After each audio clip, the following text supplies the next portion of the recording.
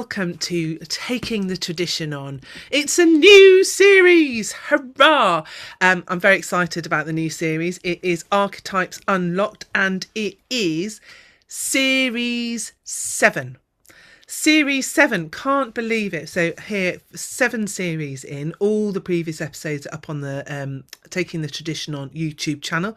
So they're all free to view. You can watch them wherever, whenever you like. All the Taking the Traditions On are aimed at adults.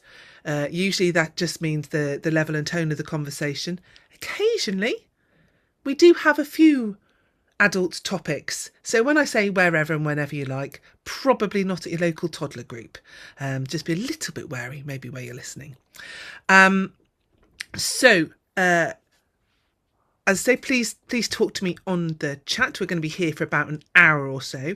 If you haven't been to Taking the Tradition On before, this is a storytelling series, but it's stories conversations where we dig deep into a topic. So there will be bits of story here and there. I talk to storytellers. We always are breaking out into story, but it's not a concert as such. It is very much digging into a topic, and I'm very excited about my guest tonight and the conversation that we've got. Tonight is Archetypes Unlocked, and our very first archetype is Trickster. And this storyteller, well, she's a trickster herself. She's quirky, she's quick-witted. I dread to think what's going to happen tonight. Now we've invited Trickster into the room, but I'm going to invite wonderful author, storyteller, dancer, mischievous sprite, the fantastic Sharon Jacksties. Whoop, whoop, whoop, whoop. Welcome, welcome, welcome. How are you this evening, Sharon? I'm just so delighted to be here, Amy. I've been wanting to be part of this series for forever, and here I am finally.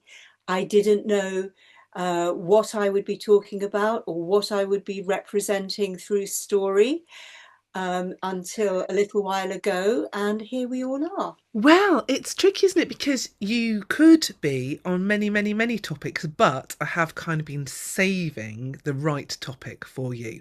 And you tell lots of trickster stories, and I think there is definitely an air of the trickster about you. So I suppose first though, I mean, I think most of the people who are here tonight, and maybe most of the people who are watching the channel, probably are familiar with the idea of archetypes. But I suppose I should maybe give my definition, and we should maybe talk just a little bit about what archetypes are. So what do you reckon archetype is, Sharon? Well, I have to confide in people that when you first asked me this a few minutes ago before letting people in, I had this absolute panic. How can I represent the enormity that archetypes are?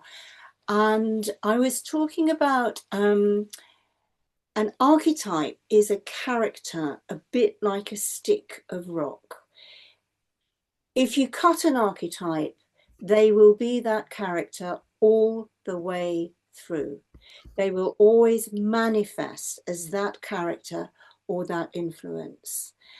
And most archetypes have, if you like, a meta-cultural presence. That means that you can find most archetypes in every culture. No matter where you are in the world or what language is spoken, what the stories are told, sooner or later you will come across Trickster. You will come across the benign. You will come across the malign. And these are, I don't want to call them stock characters. I think they're more important than that. They're major influences.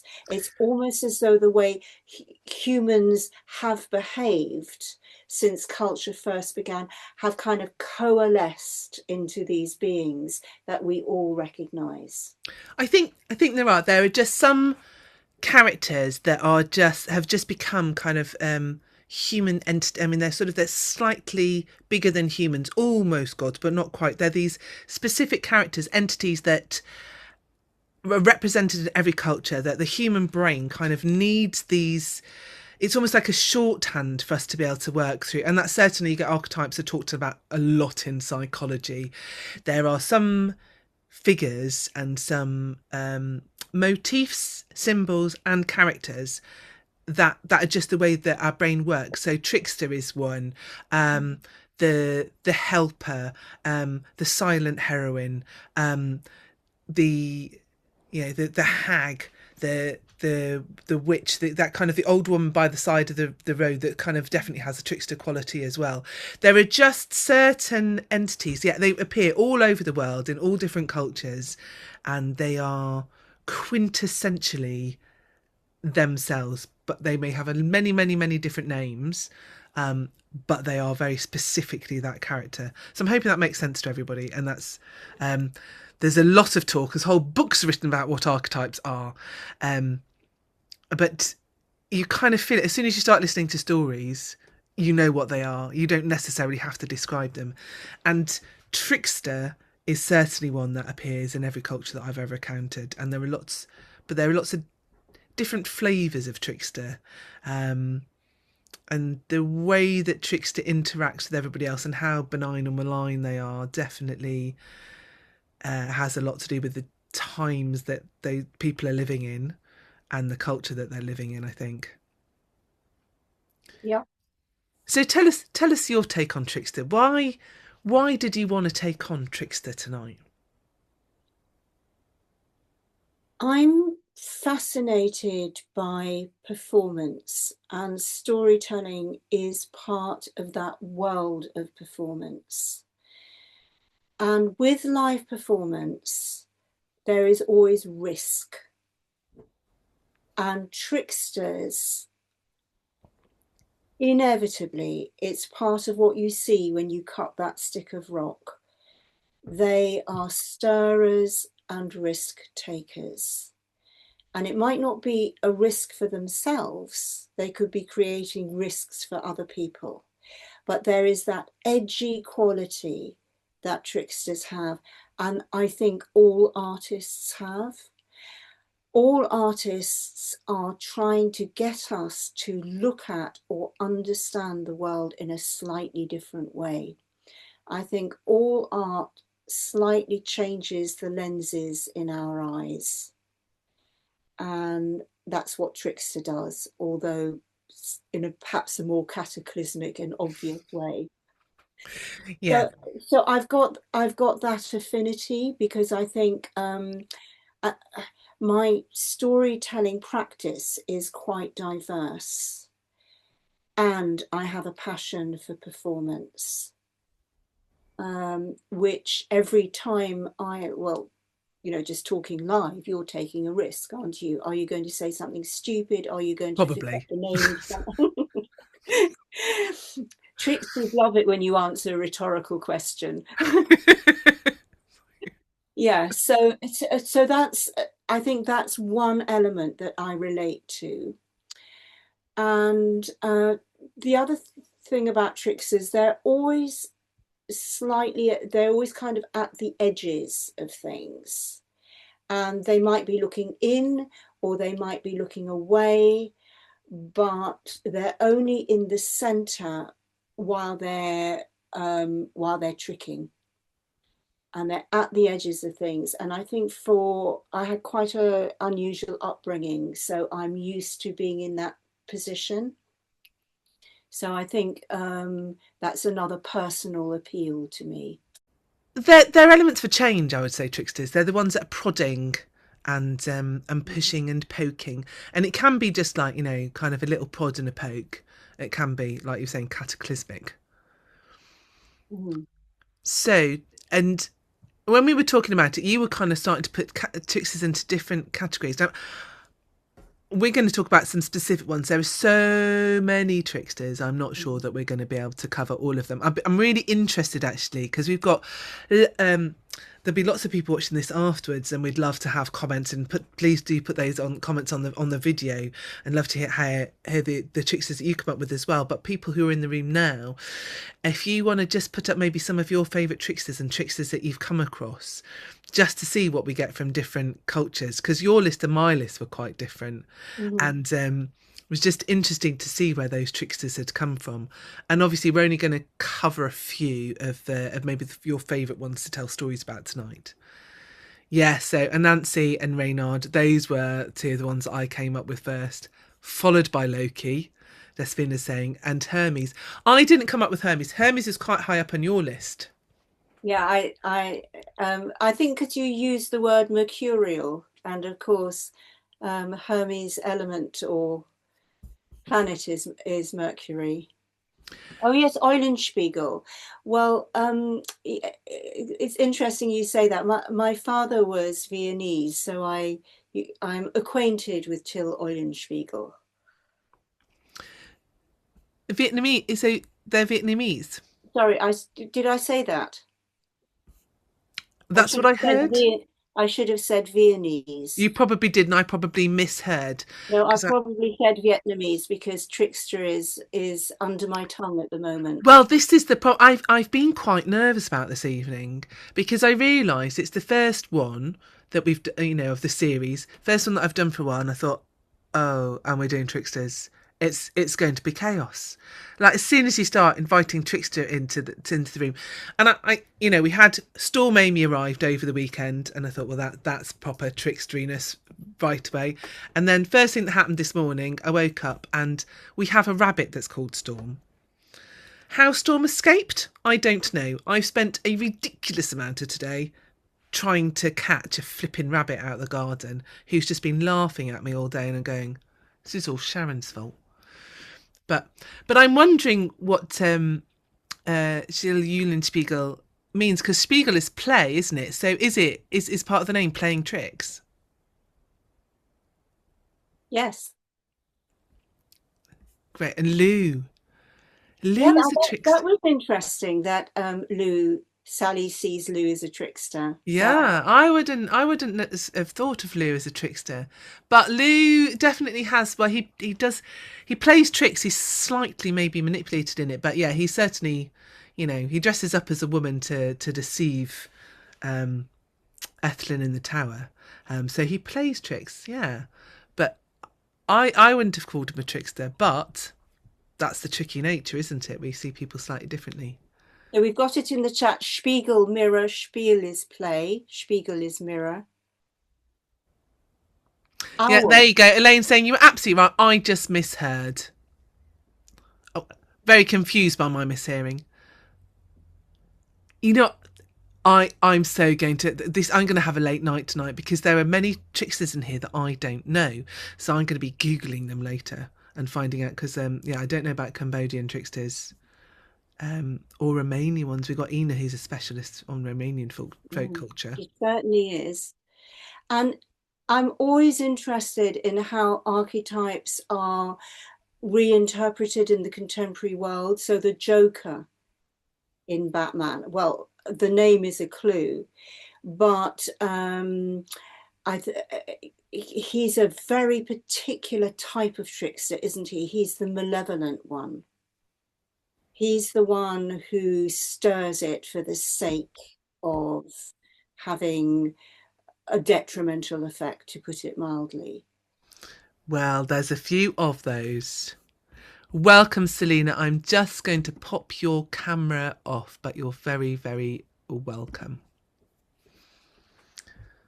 The Headley Cow. Oh, yes. That's a great example of a trickster.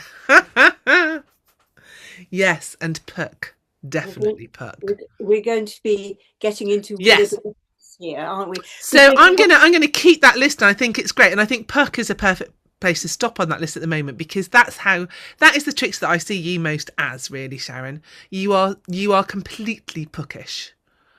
Well, one day I will get my revenge at never having been cast as Puck, but I have worked quite a lot with A Midsummer's Night's Dream. So I think if any director is listening, this is how it's going to be, okay?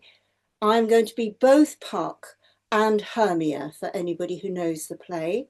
And it will be a completely different interpretation. And you will get fame and fortune, which I will come back to later. Remember those words? Fame and fortune, fortune and fame, if you direct it that way. And I'm cast as both characters. Thank you very much.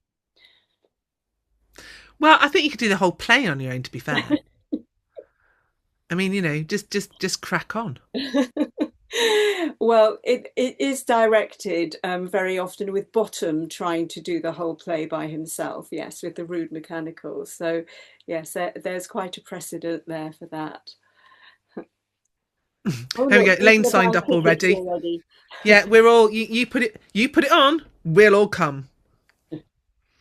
And now everybody's thinking about who in real life qualifies as a trickster, and that's I think this feels like a real time for tricksters. It feels like we absolutely need tricksters at the moment, and it's that voice and that kind of that just that person who's going to take out the block from the bottom and send everything tumbling down.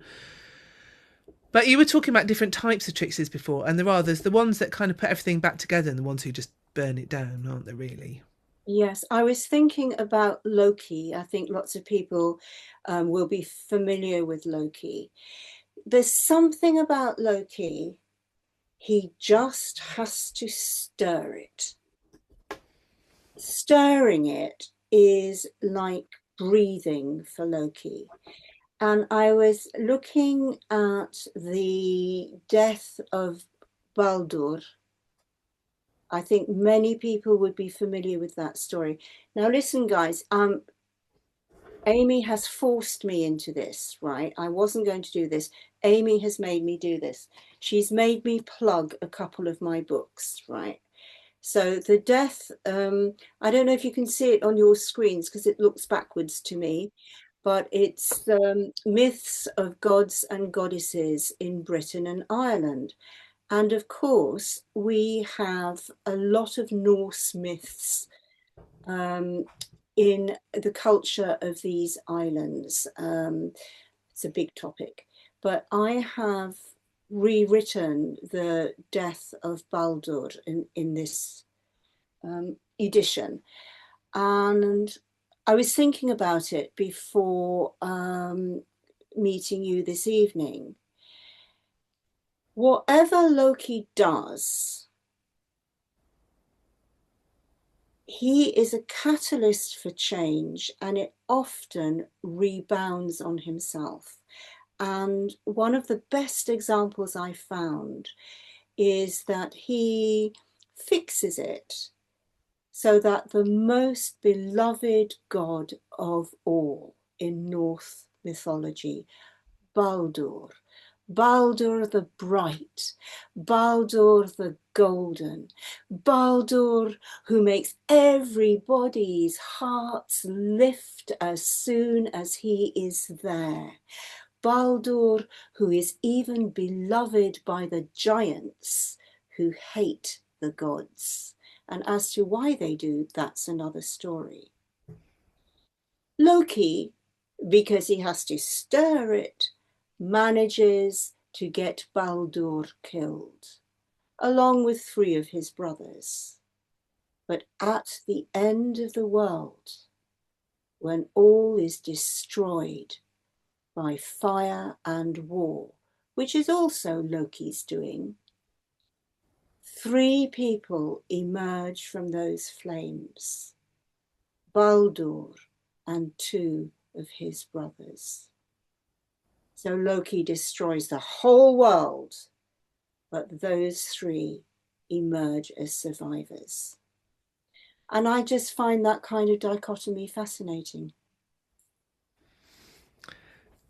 Yeah, that isn't where I thought you were going with it. So yes, and obviously the world is rebuilt because we're in it. Yeah, I'm on a whole different thing because what the third brother is the one with the foot, the big foot, isn't he? That's made out of all the leather in all the world, and then he goes off and everything grows from where he walks, and is the one that regreens the earth after the fire in the wall. What happens to Loki? Because I didn't realise Loki did emerge after the end of the world. Well, some people would say that the end of the world hasn't happened yet, but where is Loki? I would say he's closer than you think. Fair enough.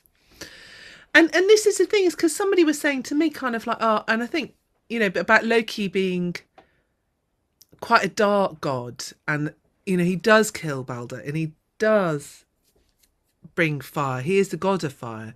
But he's the one that makes everything happen. He's the one that makes everything go wrong. But he's also the first one that everybody turns to in Asgard when things go wrong to sort it out. And that's the thing, is he is quite good at sorting things out as well. Because he is so clever and so cunning. And the reason he sorts things out is because he owes a few favours. He's not going to like me saying that. I realise that I'm treading a very dangerous edge here. But I'm not sure that Loki sorts anything out from the goodness of his heart. I think he sorts things out, one, because he can, and two, because others are leaning on him. I think a lot of it as well is he just gets bored. Oh, yeah. Yeah. I mean, I think, I'm right back in school. I'm sure there are lots of people who could join me. The naughty, clever, cheeky prankster because she is bored. I'm not saying I was bored because I was clever. I was maybe bored because I was stupid and could not keep up. But bored and tricky, yes. Fair.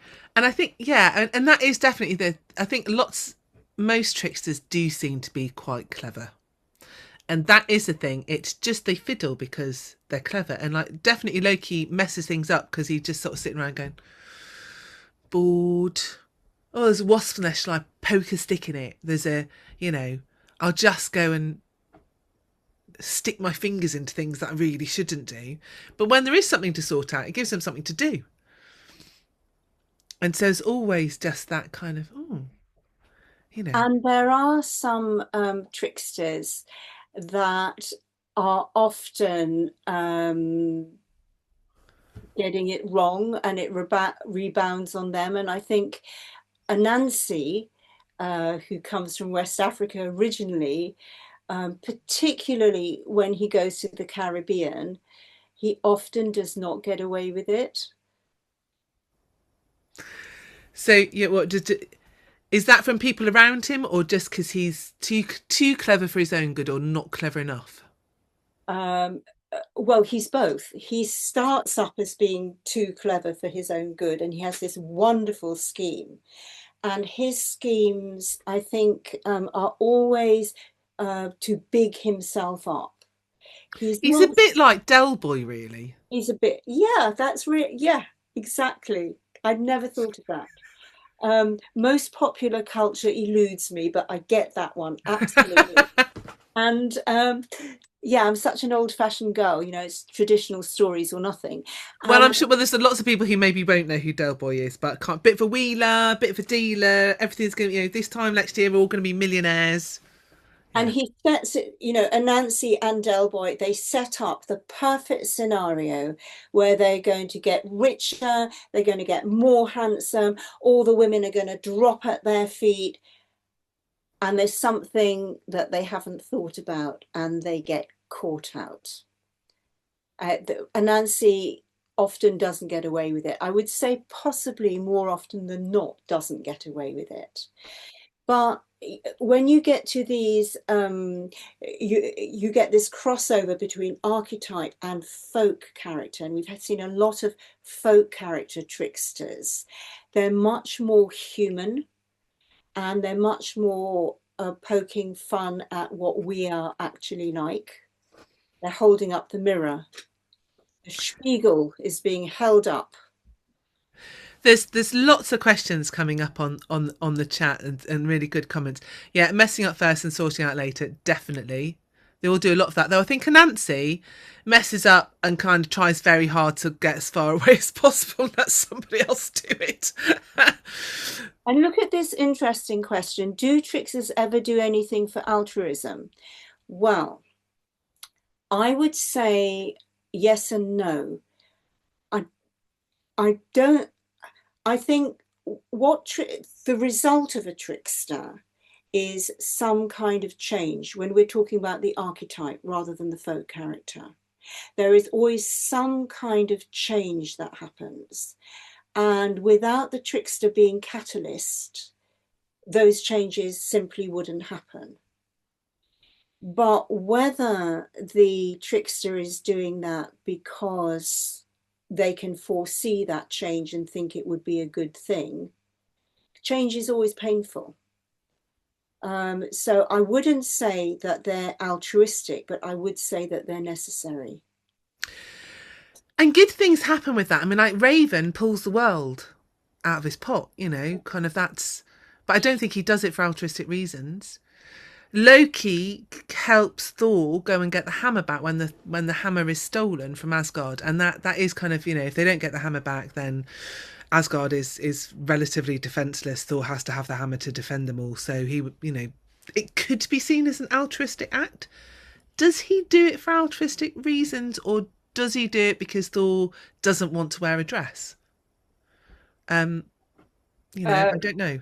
I think seeing Thor in a dress was worth almost anything, really, to Loki. But Ina's, and then Ina's asking my question actually, which is that thing of all the tricksters that I can think of. When I write a list of tricksters, it's Reynard, it's Fox, it's Loki. We were talking before about Efnisian as well, and lots of other tricksters. But what about female feminine tricksters? yeah, great question. Great question. I mean, that's why I'm here, guys, is there's a deficit, you know. Um, yeah. And I think there are demonic female characters who play tricks, but I wouldn't say that they're tricksters. And yeah, and it's not just Western culture or British culture, because when I try and think about female tricksters, they're women who are portrayed as conniving and plotting, and you know, so you get the spidery women characters, but then they're much shadowy and, you know, at the web trying to pull everybody's strings and being puppet masters rather than being seen as tricksters. And I might be on a bit of a quest now to try and find some more female tricksters. Leslie's saying Shoney's version of Lilith is a trickster, but is the more usual version of it. No, I don't think so. And I think we are seeing things. We can change things and look at things through different lenses now. And maybe we're reclaiming, and maybe we're reframing. And it wasn't like that before. I don't know. But Zigga Zigar is saying, yeah, Loki changes gender, sex at the drop of a hat, and that is one of the brilliant parts of Loki's nature, actually. I think a lot of tricksters are shapeshifters. I don't know whether there's an emphasis on changing gender, but they are shapeshifters. And I think that's also, it's almost for me a metaphor like bending the rules, bending the shape of everything. And there's a certain just the way that stories were told. So Fox is Fox. And it doesn't always matter if Fox is male or female. Like if they talk about Fox and his wife is always just as cunning. Mm-hmm. It's just the way that the story is told. It's just Fox, and people were just used to telling stories about males, and he was just the default pronoun. But all of the Fox family would have the same kind of characteristic traits. Fox all the way through. Mm. I'm very interested in what people have put in the chat and in the different perspectives people have. I mean, nobody can see Trickster, clearly, I mean, all these different responses, they're, to me, they're like the compound eye on a fly. We're all looking at Trickster through a slightly different lens. And yeah, I think Trickster quite likes that. And they change. I mean, they change in every culture, and they certainly change through time and also through travel. So, because I know that you wanted to talk more about Anansi, and we sort of we were on Anansi, and then we've kind of drifted by. But I mean, it's really interesting the way that Anansi is seen in different places and different times, and how his character changes. Yeah, very much so. And I'm thinking of telling an Anansi story later. Yeah, so I'm sure that we've got lots of anecdotes about having been almost had that role within the storytelling practices that we have. Um, do you have a favourite Anansi story, or is that just a mad question because there's so many? Well, there are lots and lots of Anansi stories. I mean, and I love I don't tend to tell Anansi stories because it is tricky culturally, but I love listening to them. So obviously, how Anansi gets the stories, I love, and there's different versions of that. But there is one kind of that I just sums up, and it's sort of the less. It's that cunning and too cunning for his own good. There's one time when Nancy is because Nancy loves food. You know, Nancy is your party man. He's larger than life. He's the life and soul of the party. But he does really love food. You know, and if somebody's holding a party, that's free. It's free. You know, free nosh, isn't it? Good knees up, eat all the food. And there's a one day when there's two parties on the same day, and he knows both of them are going to have brilliant, brilliant, brilliant food. There's going to be slightly different things on each. So, one's going to be amazing roast yams and the other's going to have like a big barbecue. He doesn't know which one to go to. So he gets his sons and comes and goes, right, okay, if you go to that party, you go to that party, let me know when the food's served. So, and he ties a rope around his waist. He sends one rope off with one of his sons, sends the other rope off with the other of his sons. Just give it a bit of a tug. Let me know when the food's done, and then I can come and I can eat my fill, and then I'll go to the other party. So he's there waiting, just thinking how clever he is. He's going to get so much food. It's going to be fantastic. And then he feels a little pull and he goes, excellent. Yams are first. He starts moving, starts heading towards the party. But then he starts being pulled in the other direction. He's like, oh, barbecue. Which one shall I go to? But as the two ropes are pulling, the rope is getting tighter and tighter and tighter around his waist. He can't take it off. It's too tight. He can't get to either party. Can't do anything about the rope. He's completely trapped between these two ropes. Can't get to a knife, anything.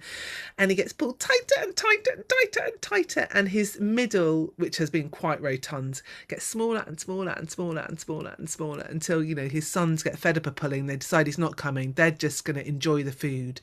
And they come back and they find Anansi later. He hasn't had any food, hasn't been to either of the parties, and his waist is so small. And that's why Spider has such a tiny, tiny waist with a big thorax and a big abdomen, but just this tiny waist. So I do like that one. And I love it because not only did it rebound on him on that occasion, now that Anansi Spider-Man has got such a tiny waist, the rope was round his stomach, and he can't eat as much as he would like to ever since, which did not stop him from marrying a woman who had no mouth. So she wouldn't eat him out of house and home. But that is another story, and I'm not going to tell you that one tonight. But I do have a story about myself trying to be a trickster, which I was reminded of hearing that story about Anansi, which is this. So I was on a storyteller's retreat, and it was residential, and my room was at the top of a very narrow, windy stair. And like Anansi, I like my creature comforts, and I didn't like to get up in the morning, and having to face everybody round the breakfast table was just too much for me. So the night before, I took different individuals aside and I explained how delicate I am in the mornings, and it would be so helpful if they could possibly bring me a cup of tea. And so I thought, well, make the most of it. Ask several people, you get several cups of tea, right? What can go wrong? You know, it's like the two feasts. Well, this is what went wrong. I didn't have the brains to ask them to bring the cups of tea at slightly different times. So several rather bemused and confused people met at exactly the same moment at the bottom of the stairs and conferred as to what they were all doing there, realised what I had been up to, and I didn't get any tea in bed. And I don't think, even if I could see everybody in these thumbnails, I would be looking at a single sympathetic expression. You've got lots of laughter emojis coming up, though. There's lots of people laughing at you. So Anansi can happen. Oh, look! Oh my goodness, they're exploding everywhere. So Anansi is not only with us, Anansi is inside us, and I take no responsibility for what happened to me during that storytellers retreat. Well, this is it. I mean, and I find the same with Nancy stories. He is so human, and these stories can be put in such mythological, deep, kind of completely different settings to our day-to-day life, and then you go, oh yeah, I just had a real Nancy moment today, and you kind of things happen and you go, I've just lived out that story, and that happens to me as well. I might have thought of a female trickster. Ooh, I tell Was you that? what though, Yeah. because I told an Nancy story. I'm not meant to be the one who's telling stories tonight. I want to know about the female trickster, but I want you to tell a Nancy story first. Is that You're okay? not going to tell me that you were tricked into telling an Anansi story, are you, Amy? Well, Nobody would believe you. I do try and lead the storytelling because I want to be showing off you. I want to hear your voice, but yeah, can't help dropping a story in now and then. Well, I might tell a story. Oh, I have to tell it because time is getting on. I'm going to It's put you up big as well. I'm going to oh hand no, over that to means you. I have to see myself. Oh, Well, you can still see me probably, but all right. I want everybody to see you. I think I'm going to pin some unfortunate person and just look at them while I tell this story. Will that be me then? There was Nyame, the sky god.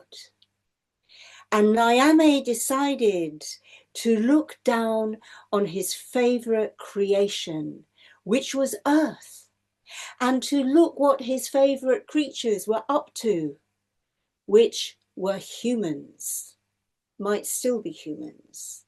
Who am I to say?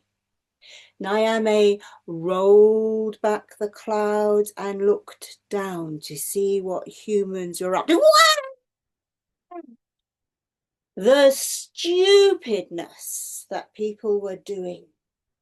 I don't have to tell you, you know already. Fighting, causing famine, causing waste. Nyame was horrified. Wondered whether to just wipe out the human race and start again. But mercy prevailed, and Nyame decided that what humans needed was to start using the brains he'd given them. And the way that was going to happen was if he set up an intelligence competition. And Nyame knew that people often don't do things unless they get a reward. So the reward was going to be fame and fortune. Fortune and fame. And a big announcement was made. And the next day, Nyame rolled back the clouds to see who had assembled for the competition. And there was not a single human being there. And Nyame was furious because people were too stupid even to try, until he heard a little voice saying, Hi, Naomi. I'm here. I'll do the competition. I want to win fame and fortune. How do I do it? Let's get on with it. And the creature was so small, Naomi had difficulty in seeing.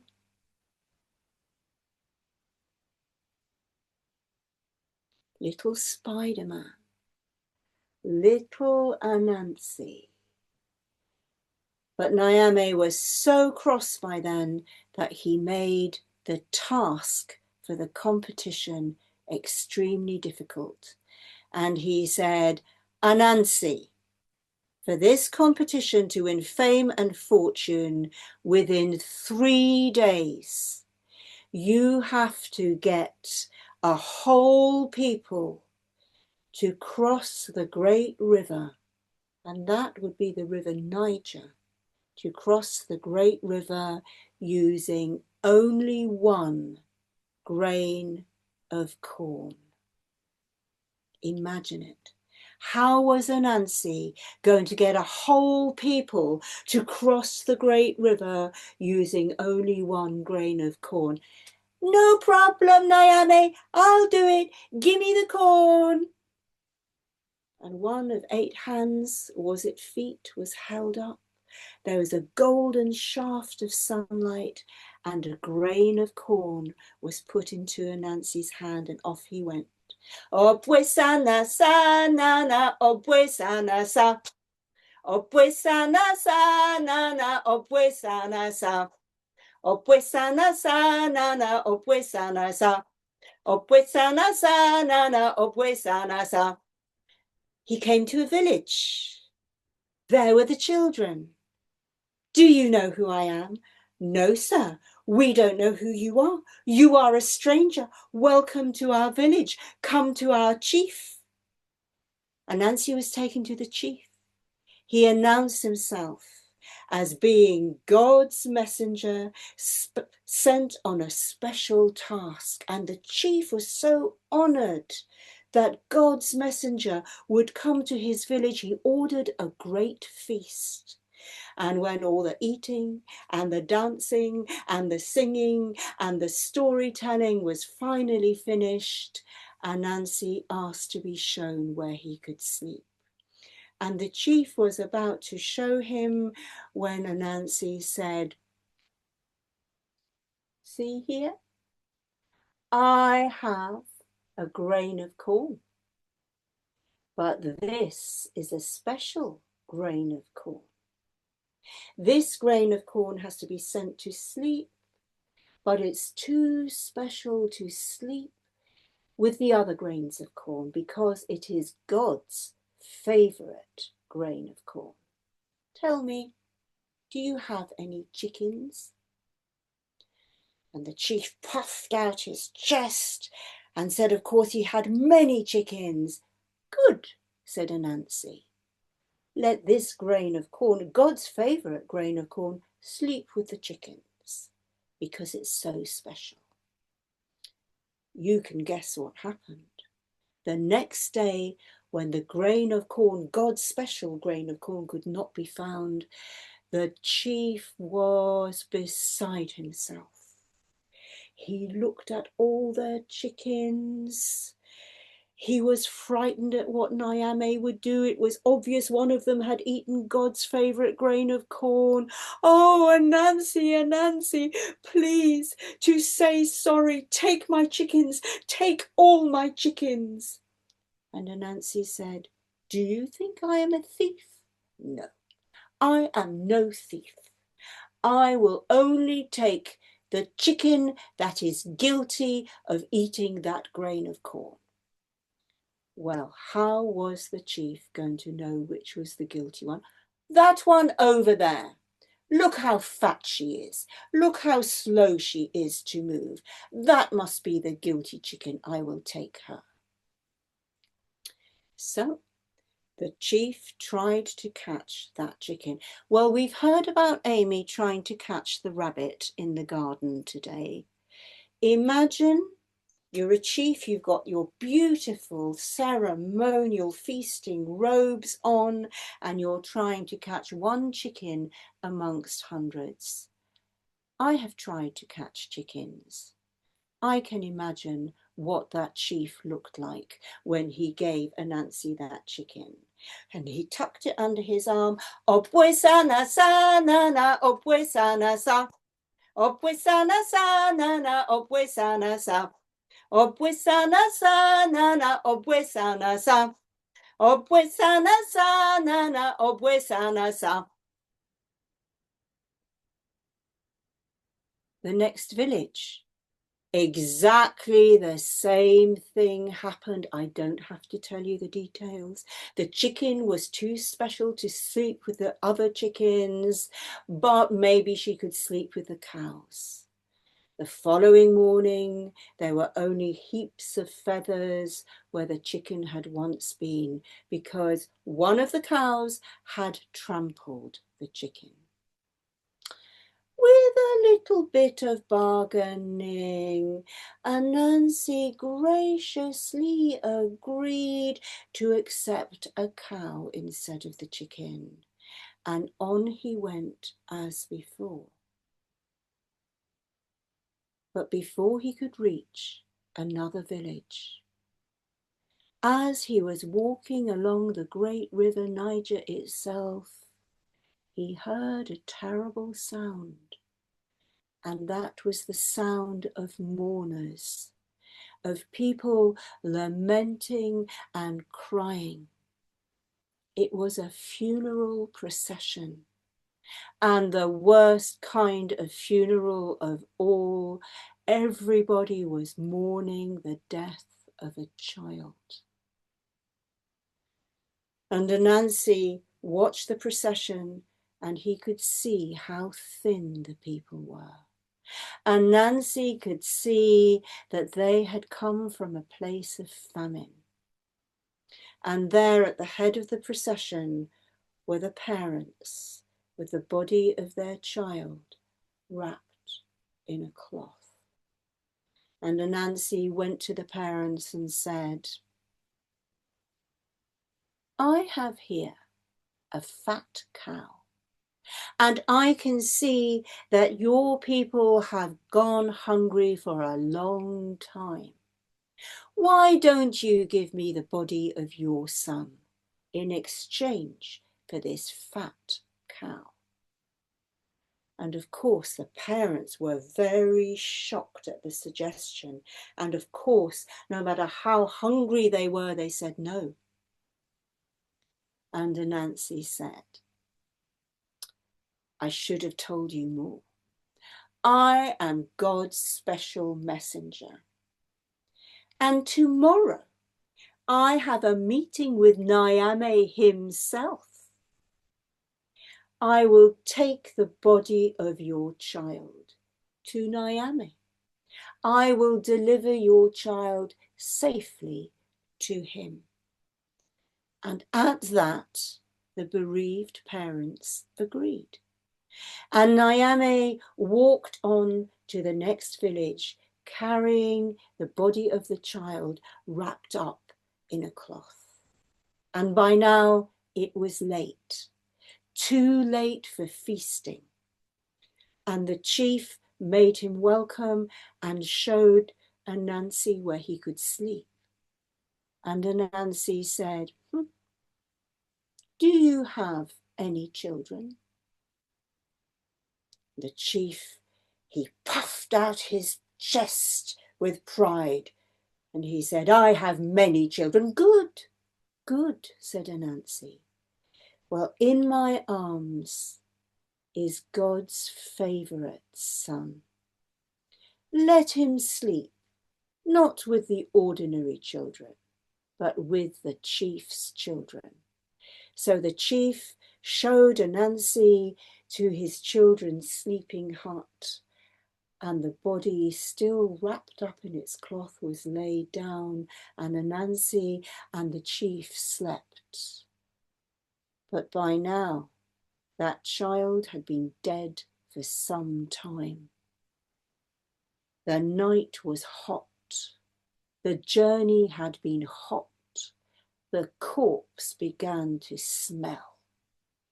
And that rotten smell woke up the other children in the house. And one of them said, if that stranger is still too young to look after his needs, he should still be with his mother and not with us, polluting our sleeping place.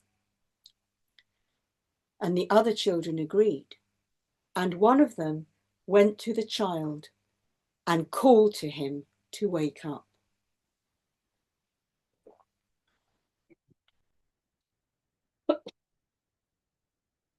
But the child didn't stir. And cross at being ignored, somebody shook his shoulder, and still the child didn't respond. So he was shaken more roughly, and still he didn't respond. Well, you know how easy it is. After the first blow has been struck,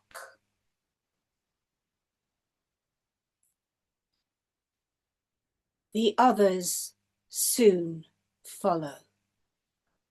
And the chief's children were exchanging blow for blow and kicks. And in the morning, Anansi and the chief went to fetch God's favourite child. But he was still sleeping. Eventually, the chief pulled back the cloth and saw a dead child. He was appalled. Anansi, help me. What can I do? What can I do? And Anansi said, well, it just so happens that today I have a rendezvous, a meeting with Nyame himself. Just today. I suggest that you come and you apologize for what has happened in person. And I will guide you to the place where I am due to meet Nyame.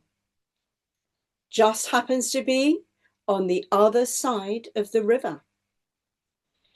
So the chief gave orders that his whole family and tribe were to accompany him. And they took to their canoes. There weren't enough canoes for everybody. They cut down trees. They straddled logs. They used branches as paddles. And at the appointed hour, Nyame rolled back the clouds and looked down in time to see an entire people crossing the great river Niger with Anansi at their head, carrying something in his arms.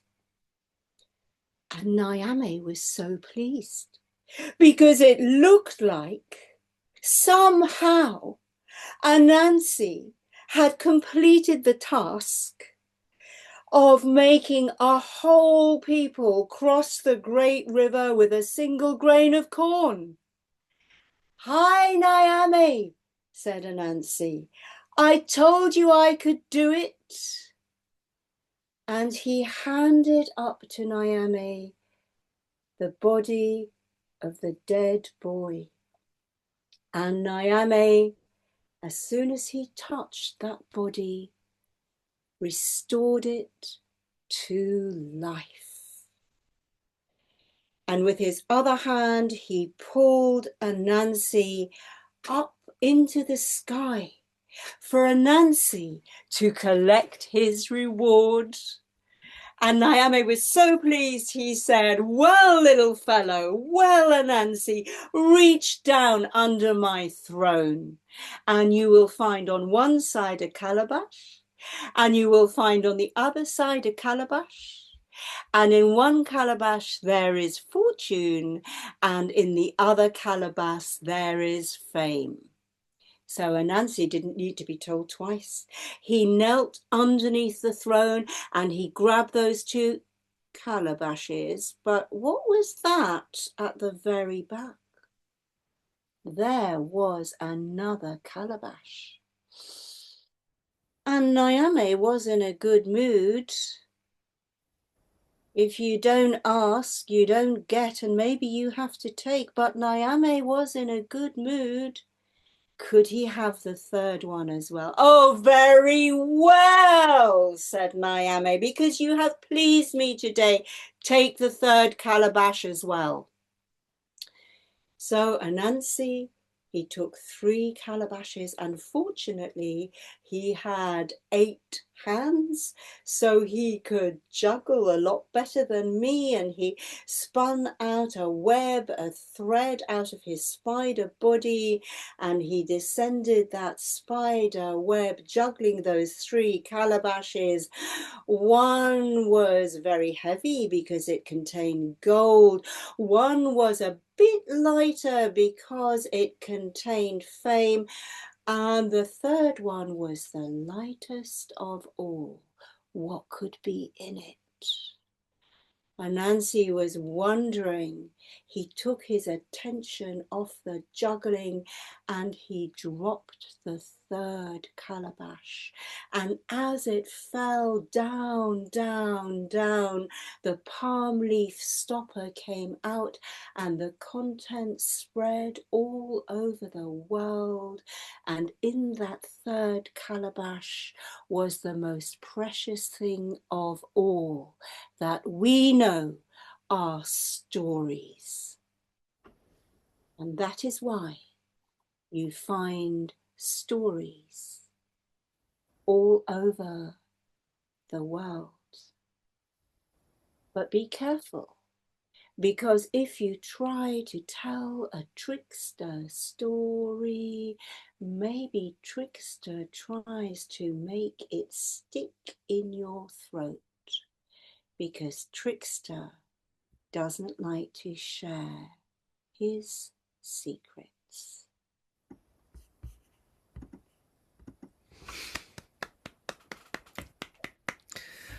Oh, fantastic. Fantastic story. And a version of that story I've never heard before. And I love it. And I think, yeah, I mean, it's, we talk about kind of those stories and kind of living Anansi stories and living Trickster stories, and find yourself sort of embodying the stories that you've heard in a different way and in a modern take, and those stories re-happening. But I think the other thing about Trickster is just actually what stories of hope they are. And even though they can have such a dark side and difficulties within them, that's what gives the hope. And I think, you know, when you come into really dark times and difficult places, Trickster is the one that, you know, is the one that can see a chink of light. Trickster's the one that can see a way out. Trickster's the one that can see a possibility when there doesn't seem to be any, you know, when everybody is stupid, when the world is going wrong, when the gods are looking down going, oh my days, and nobody can enter the competition. Trickster's the one going, I think I can do that. Mm-hmm. Yeah, I mean, Anansi is so inventive. Even, I mean, this is a very positive story and the trick doesn't rebound on him. But I couldn't make a whole entire people cross the great river with a single grain of corn. He finds a way to do it. And that's the thing, there's so many for individually and for people, sometimes it feels like there's everything is impossible and there's no way out, and the what we have to do is an impossible task, and Trickster will find a way. And so I think sometimes, you know, the Trickster stories maybe are the most important of all. Yeah, because I'm sure we all know people who are survivors one way or another. And these sorts of stories, I mean, I know it was God's favourite grain of corn, but these stories, they have more than a grain of hope, however Definitely. difficult the circumstances.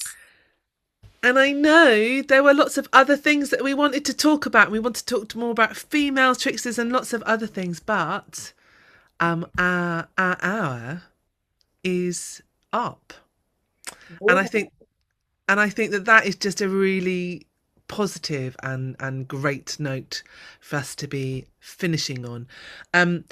But you know, kind of, if you haven't met Sharon before, this is just an introduction. I mean, there was no way we were ever going to cram Sharon into the box of an hour. I mean, it's just, even for Trickster, that's just an impossible task. So, if you want to know more about Sharon, she's shown you one of her books, which is a very, very fabulous book, I have to say. Myths of Gods and Goddesses in Britain and Ireland. Sharon lives in Somerset. She's also the wonder of this fabulous book. There are more books that I was given by Sharon and my children have snaffled. They've gone into the bedrooms of doom, and I don't think they're ever coming out again. This is the problem with Sharon's books. There's also, have you got animal folk tales there as well? Yes. I really wanted to read animal folk tales, didn't get a look in. Oh, I'll send you one, Amy. There was a very well thumbed copy that came into, you know, was sort of, I saw a glimpse of, and then it got hidden again before I could take it because it's much loved. On And my screen, these are, but you know, the writing's going the wrong way. Can you read it on yeah, no, your? it's perfect. It's perfect on the screen, and are they all by the History Press? They're all by the History Press. Yes, So this is go and my. explore Sharon Jacksties at the History Press, but obviously available from all good book retailers as well. Yeah, Cara saying Animal Folk Tales is amazing. So I've heard. Clara. Thank you, Clara. That's very kind. Thank you. And yeah, if you've got a few bits and pieces coming up, I know you've got some things in the works. Yes, I've sent you a link, Amy, which I've just today finished making a promo film for my next show, which weirdly, I mean, this is just how strange life is premiering in Romania because I'm going to be with Ina and touring Romania for 2 weeks, teaching about storytelling, but getting a chance to do some performance storytelling. I hope that side of me came over in spite of the Zoom. Yeah, we didn't get to talk about the naked truth and some of the We never talked lies about the and naked tricks. truth or how Jesus was never crucified, but that's just in a grand lying competition. Yes. I actually, you know, I'm reputed to have been there, but I do have several alibis as needed. Yes, so there's a link to my promo film. I don't know if you want to share it, but the only reason I'm mentioning it is because I'm telling very dark stories, and again, when you work with that sort of material, you're taking a big risk, and you are on the edge, which is a very trickstery thing to do. It's not a program of trickster tales, but it's. I know that it, Embodying the trickster. yeah. Well, what I can do is I can put that link, if you'd like me to, in the discussion of the Facebook event, and I'll also put it with the notes of the video. Thank you, So Amy. look in the bio and the notes of the video, and it'll be there. And hopefully during the show, Trickster won't make me choke again. Well, At the most hopefully. poignant moment. Well, you know, things get caught in the throat, don't they? But for tonight, I need to say, so this is the first of this new season, Archetypes Unlocked. We will be unlocking another archetype next month, which will be on the 11th of November. I will be putting up the details on my Patreon site, and also a little bit later on the YouTube channel. I'd like to thank my marvellous patrons, some of whom are here tonight. You know who you are. You are completely marvellous. Thank you so much for taking the tradition on possible and helping me on this journey. And patrons, I'm having lots of fun choosing who I'm going to have to help me unlock archetypes with. So if you have any comments and suggestions, then I am all ears and very open suggestions of people that I might invite. I've got a couple lined up, but there's plenty of room. So, and yes, if you've enjoyed tonight, go check out Sharon, but also do look at the Taking the Tradition YouTube site, and then you can see lots and lots of other conversations. Have a look back through the previous series. Do subscribe. It does help to sort of it to show up on searches and things if you can be bothered to tick that. It's always much appreciated. But for now, thank you so much to all of you for coming and being part of this. But particularly, thank you very much. Hang on, go away, Mike, just for a minute. I haven't finished yet. I will ask you to come up in a minute. Thank you. So, another trickster. Yeah, for now, I just want to big up Sharon Jacksties to say thank you so much for this evening, for sharing your stories, your thoughts, and your very trickstery personality. It's been an absolute delight to have you as my guest on Taking the Tradition On. Thank you all very much for listening, wherever and whenever you are, and I hope you have enjoyed taking the tradition on and taking Tricksters on with me and Sharon Jacksties.